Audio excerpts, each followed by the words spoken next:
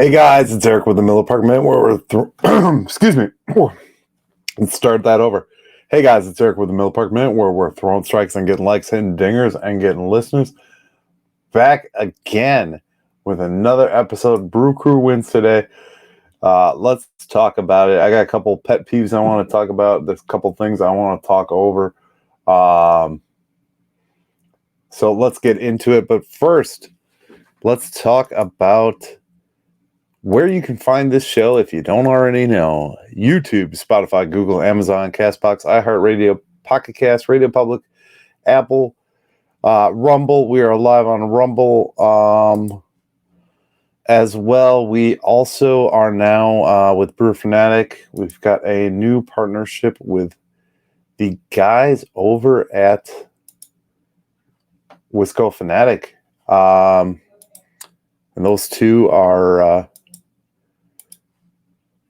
we're going to be doing some collabs, so look out for that.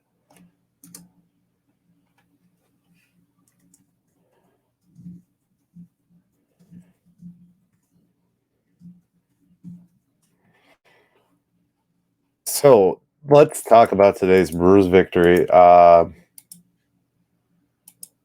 think it goes without saying that it's always good to get a W under the belt. But in this fashion, sometimes a little more challenging than not. Welcome to whoever's. How's it going? Welcome to the stream. We are just getting things set up here as I go, so I apologize if I am distracted for a second here. Tyler, I sent you a link, buddy. If you want to hop on and chat about it with me, we can. Oh,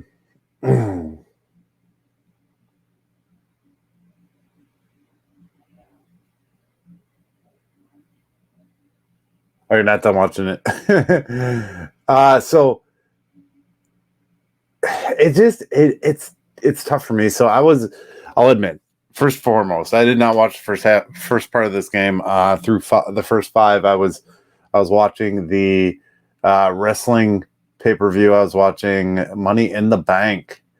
And it was worth it. It was worth it to me to watch Money in the Bank. I didn't dual screen because I was also doing a basement project at the same time. So it was one of those situations where I had one device. You know, my iPad wasn't charged and I wasn't able to do. I had to put some shelves up. So organizing the Christmas ornaments in the middle of summer is always a fun and exciting project, but it was something that needed to be done. So that being said, I didn't see the first part, and I was on my phone doing some transactions for fantasy baseball, and a buddy of mine texts me and goes, "Oh, sure, you make some transactions on fantasy baseball," and Burns gives up the perfecto, and I immediately at that point was like, "Perfecto? What?" So I was like, "Oh God, this sucks." You know, I missed him being perfect for 6 innings or 5 innings, you know, and I was like, God, that sucks. So then I flipped down on my phone while I still had the wrestling event because it was just finishing up, like when we were in the 6th, and it was funny to me because I was like, God, I bet BA is talking about it because you know that's how BA announces, "Hey, Richard, how we doing today, bud?" And sure enough, and I was texting back and forth with my bud there and one of my other guys. He was perfect through 5. Yeah, I walked the first batter after the 6th. Thank you for that. I would have got there eventually, maybe.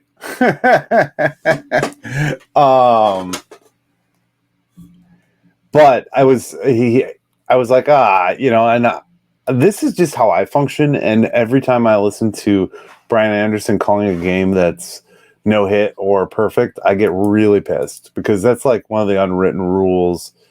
They nearly gave all of us a heart attack. They almost lost again tonight. And I think it's funny to me because it's like people don't do that in other games. If you listen to other broadcasters that call games that are perfect or near perfect or no hit bids, that's like a big thing. but Brian Anderson holds no punches when it comes to saying something. And to me, that's the most infuriating thing. It's like he's the one guy out there that doesn't care about that rule. And not to say that, but it's Brian Anderson's fault. Exactly. But it still pisses me the fuck off. It pisses me the fuck off. Because it's like, this is your job. This has been the tradition of announcers for as long as time. I mean, there's not many announcers that'll say it's a perfect game or say it's a no-hit. They do everything to avoid it. They'll say lots of zeros in the columns today. They'll say all of that. And I think that's where I get irritated, because it's like, we know what's happening. Everybody knows what's happening. You don't have to verbalize. You don't have to verbalize that it's a perfect game or a no-hitter. And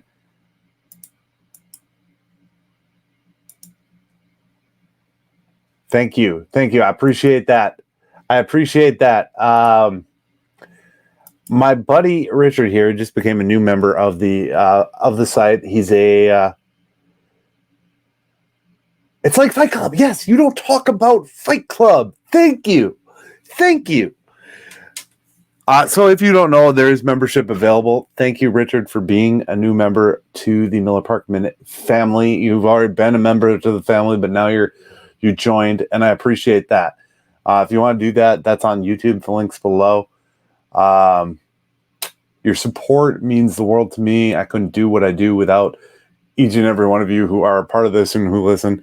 But back to Fight Club. Yeah, it is Fight Club 100,000%. It is enraging to hear just the carelessness. And I honestly, I'd like to get him on my show. And BA thinks he's this big hotshot. He does golf, he does basketball, whatever. He's a good announcer. I'm not saying that he's not.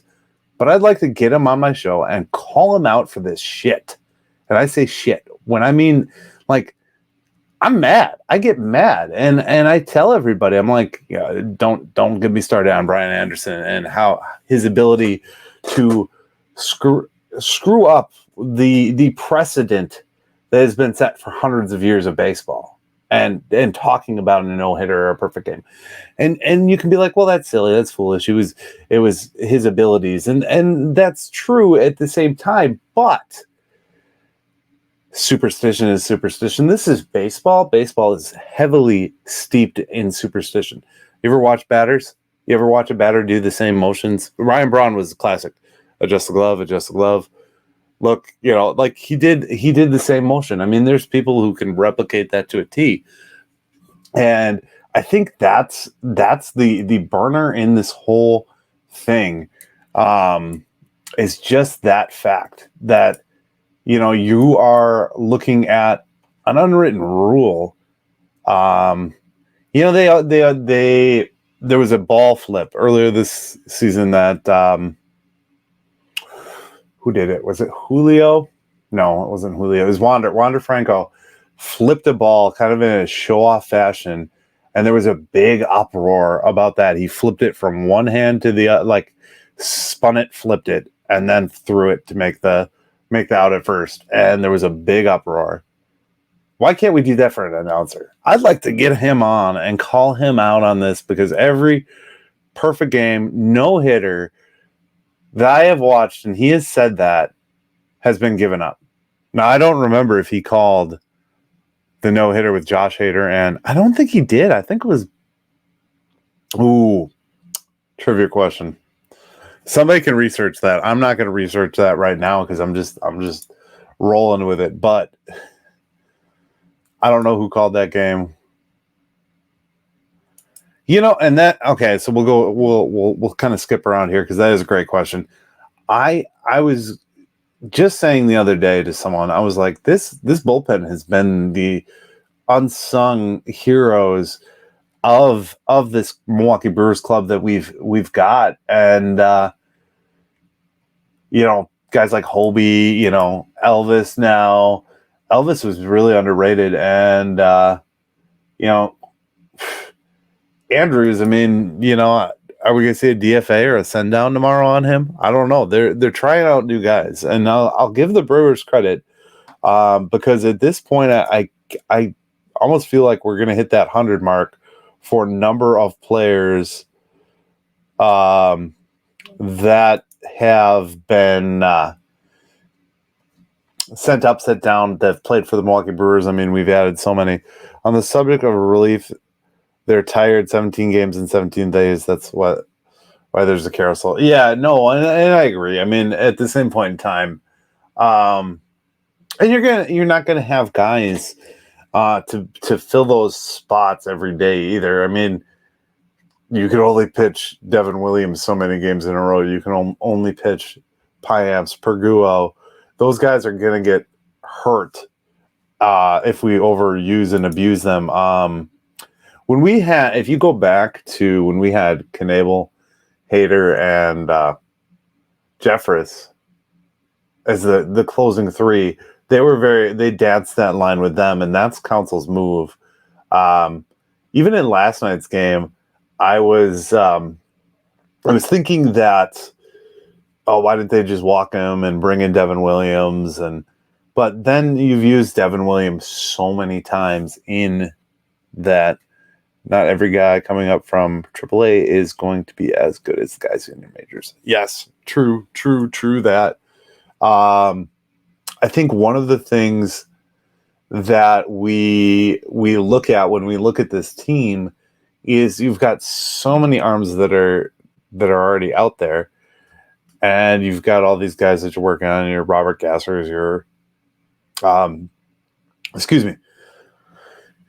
you've got Robert Gasser, who's your next prospect. You got Small, who was supposed to be a really good prospect that they were going to work into a bullpen role, and it just didn't kind of pan out. You know what I mean? Some of these things don't pan out, and relievers have the shortest shelf life of any major league player. They really do.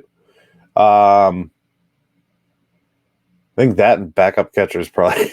I don't know, but yeah. So Andrews kind of gave up a big one today. Abner Uribe, yes, that was a guy I liked in spring training. I kind of have caught a couple outings from him in the. Every now and then I watch the MLB when I have the MLB.TV subscription. I'm glad they include that for free because you can kind of see some of these young guys that we haven't seen yet. And that's huge. Like, we're at a point where, you want to see these guys. And I think the reason we're searching that and we're looking at guys like Jackson Churio and all these, Felix and stuff like that is because we don't have it at the major league level. If you look at, like, for instance, in today's game, Tapia had a great 2 for 3 with a homer, an RBI, a walk, 3 runs. He had a great day, but he was kind of a fill-in too. He was one of those like fill-in pieces that we added late. And I think that that's going to continue to be part of it. You know what I mean? Like, I think that's something we'll continue to keep seeing over and over and over again. But if we talk about today's game, let's talk about it. Obviously, Corbin Burns was the good. The good, I should say. 7 innings, 1 hit, 2 earned runs, 7 strikeouts. Let's not forget to give his whole line because sometimes I forget to do that. Another quality start. One of my favorite words when talking about pitchers, quality start, because it was a very quality inning.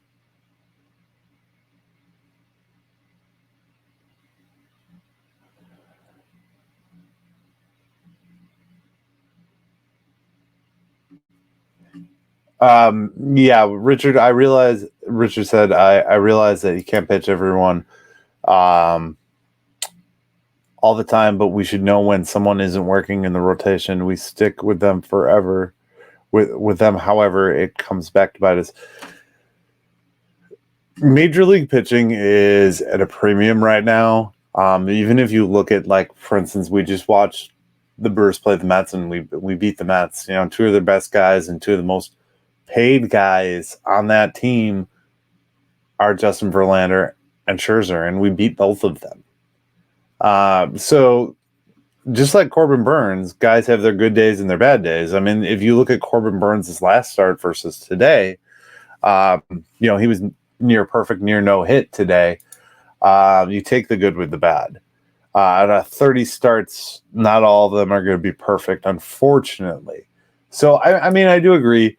I think they did the right thing today with the quick DFA with Bush, and I think they did the right thing there. But a little more decisive at times would be best. I agree. So Burns, this Wilson's come in and he's been pretty solid for us all the way around. Piamps has been pretty good. One thing with Christian Yelich, 1 for 3. The boys at Wisco Fanatics put out, I don't know which one of them it was, but one of them put out that with the exception of 2 games, Christian Yelich has been on base every day in June. And I think he had an RBI. If I remember the correct stat, he had an RBI in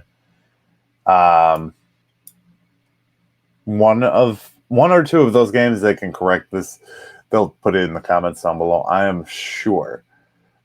So we sprinkled 12 hits to get 11 runs. Winker had a 1 for 4 day. Adames, 2 for 5.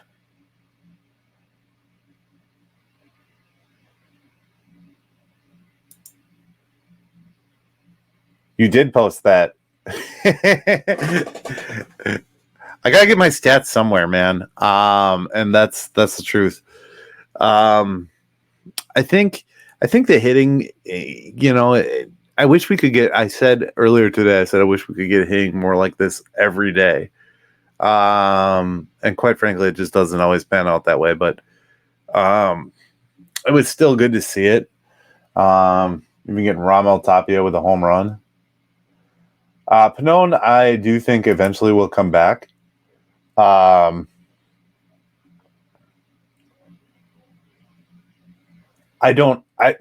think a lot of these guys just go down and work it out and come back. So I'm basing all but 2 had an RBI in 1 of the 2.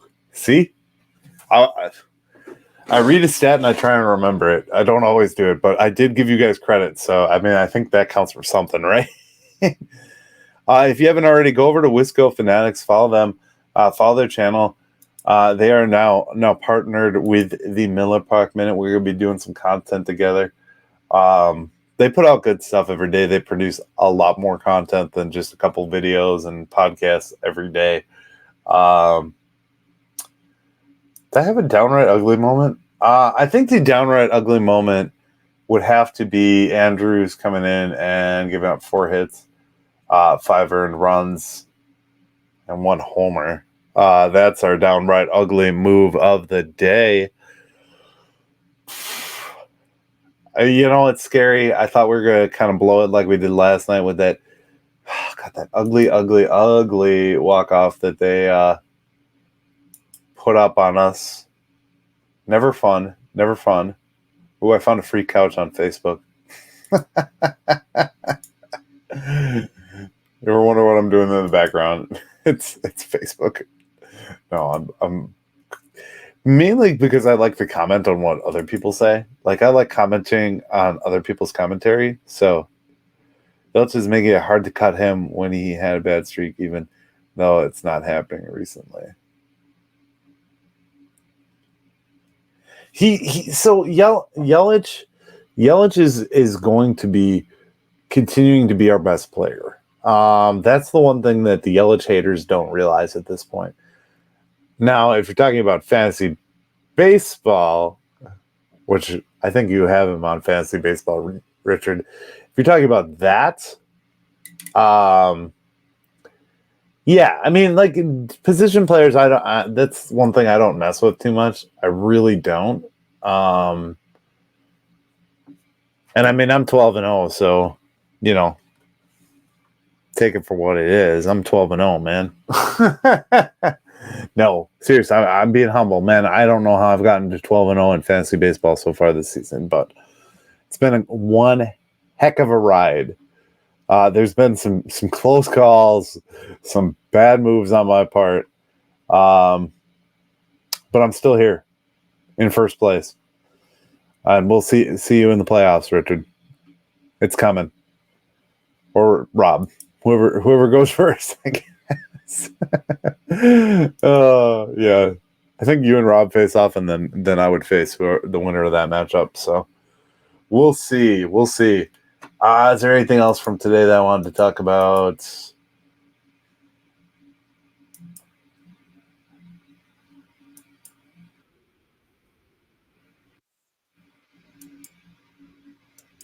I mean, I don't think there's a guy on this team that I don't really like, that I hate as a player. Caratini kind of tends to be one of those guys that I've never liked just because he was a Cub.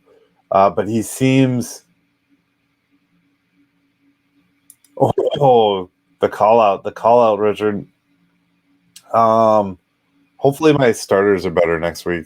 This week I've had some bunko starts from starting pitching. And Nasty Nestor is still injured, so yeah, Caratini. But back to Caratini. Sorry, Caratini is one of those guys that I've struggled to like over the years, but he seems to be a contributor for us every time he's in. He went 1 for 5 today, but again, Burns' personal catcher does a great job, so can't complain about that. Perkins has been another shock to me. He's kind of an underrated guy in this team and in this lineup, and that's okay. Turing had another hit today. He's coming back strong. Hit a day keeps the doctor away, right? I think the big piece here is going to be seeing what happens when we get Woody back. Ooh, Jay Crowder coming back. Another one I learned via Wisco Fanatics. If you guys don't subscribe to them, head on over and subscribe to them because they give the best info, and they're all over my live stream tonight, which I appreciate. I appreciate everyone in the comments. Caratini is one of the best backups, strictly backup catchers in baseball. Wouldn't want to rely on him as a starter. No, I wouldn't either. Don't look now, but Jesse Winker has a 4-game hitting streak. See, moves are panning out.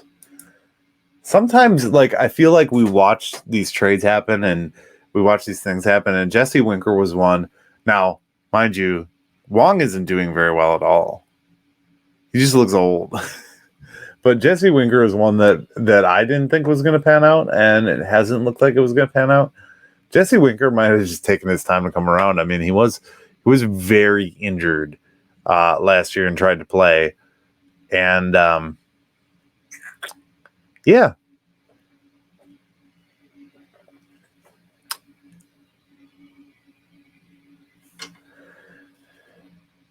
Winker is one of those guys. I think he will come around and still be pretty solid.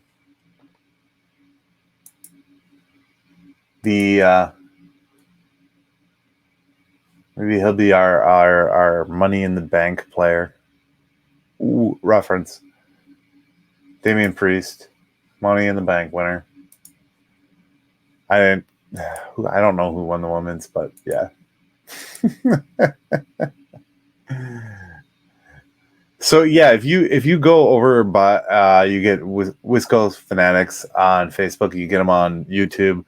These guys put out stats and graphs and charts and stuff, and their content's pretty solid. And they talk about everything. I don't talk about everything. I talk about some wrestling and some Baruchu ball here and there.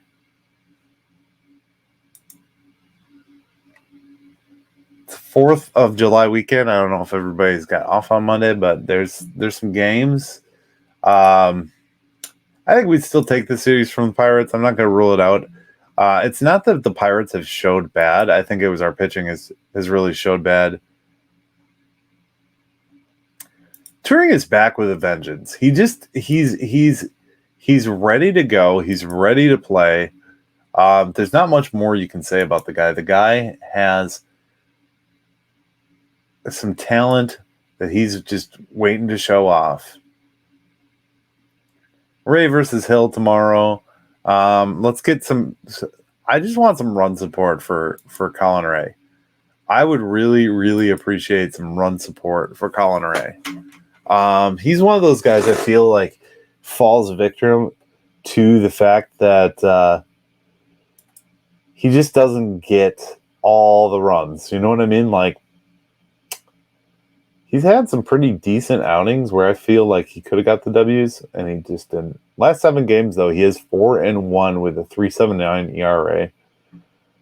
38 innings pitched, 33 hits allowed.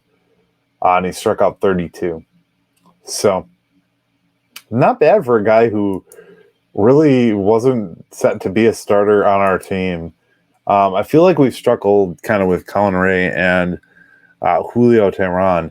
Julio Teheran was a guy you wouldn't have even thought to grace the Brewers roster this season, but he did, and he's done it in an impactful and a meaningful way.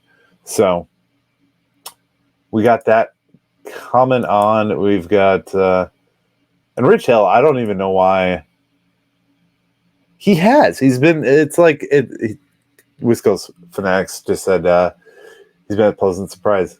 He definitely has. Like, who would have thought like that we'd be yeah, Matt Arnold looking like a genius there. Who would have thought we'd be sitting here in the first day of July talking about Colin Ray, and we've seen a handful of starts from guys that should have been in the rotation. I think one of the things you look at when you look at that is like, that's just smart baseball. They made a move. And Colin Ray was actually, correct me if I'm wrong, I think that's right, but Colin Ray had like an obligation where he had to go back to the KBO or Japan. And they came back to us. So that's cool in all. So I look forward to that matchup. I always enjoy watching his starts because I think he's solid. I still don't understand. I can say this. Last time we watched the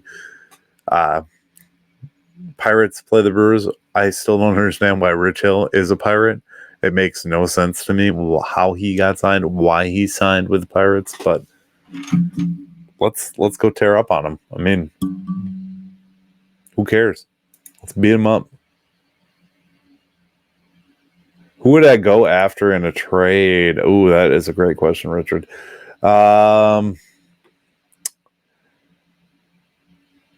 much as the starting rotation needs help, we do have our bonus player that we're going to get back is Brandon Woodruff in July. So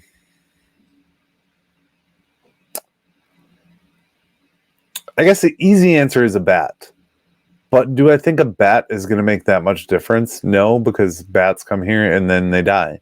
If you look back to Jonathan Scope, Moose was okay. Grandal was good. I guess it's really what we can acquire and what's going to be there for us to acquire when it comes down.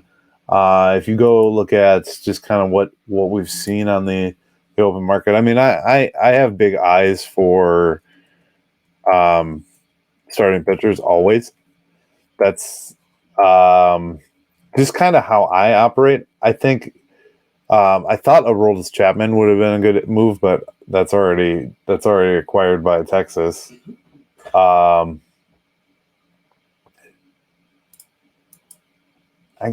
don't know. I mean, Stroman's not on the market according to trade rumors.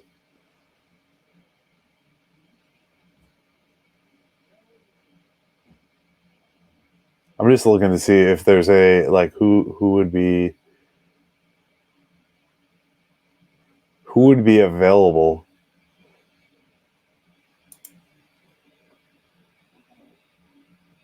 Pete Alonso. Oh God, if the Mets,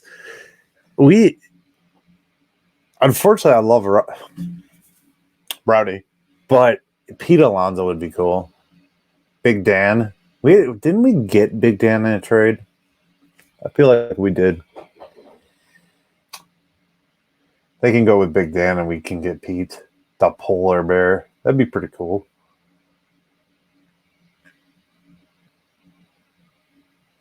I don't think we're going to see as many sellers. And I don't think there's going to be as big of players. The big thing right now and the sweepstake is going to be Giolito. I like Giolito. I actually use him quite a bit in fantasy baseball. I just subtracted him from my roster probably today. That would be another one. I would feel that would be similar to a oh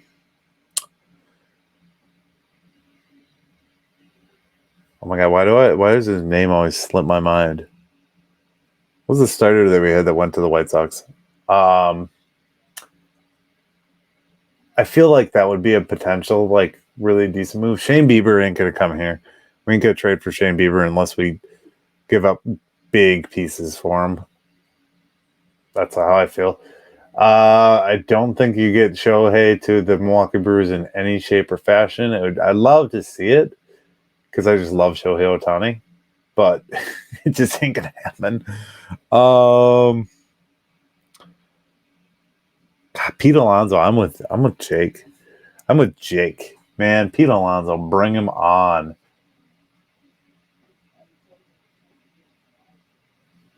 Can we get Pete Alonso and Shohei Ohtani? Dream pickups.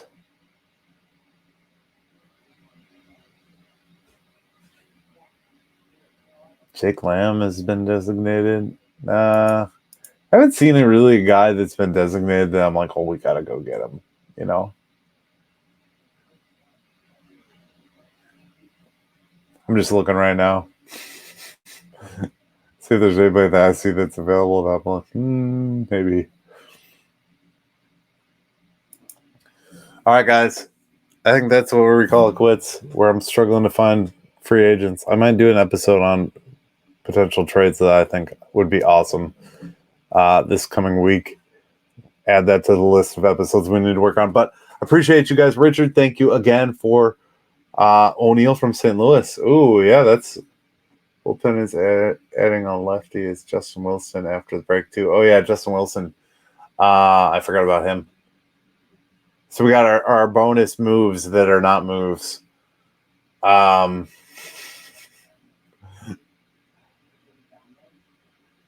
think, I don't know. I guess we'll explore this more in a future episode, guys, but I appreciate you guys hanging out with me tonight. Shout out to Richard for joining the membership. If you want to join the membership, you just click down below on the YouTube video. We appreciate each and every one of you who comes out to support this channel and comes to listen to my videos and watch me ramble on about baseball. I love it. I do it just for fun, but it always helps for the support. So thank you guys for watching the Miller Park Minute. As always, go Brewers. Let's go take the series from the Pirates tomorrow, and then we will talk Brewers tomorrow afternoon. So catch you guys tomorrow. Have a great rest of your day. As always, go Brew Crew.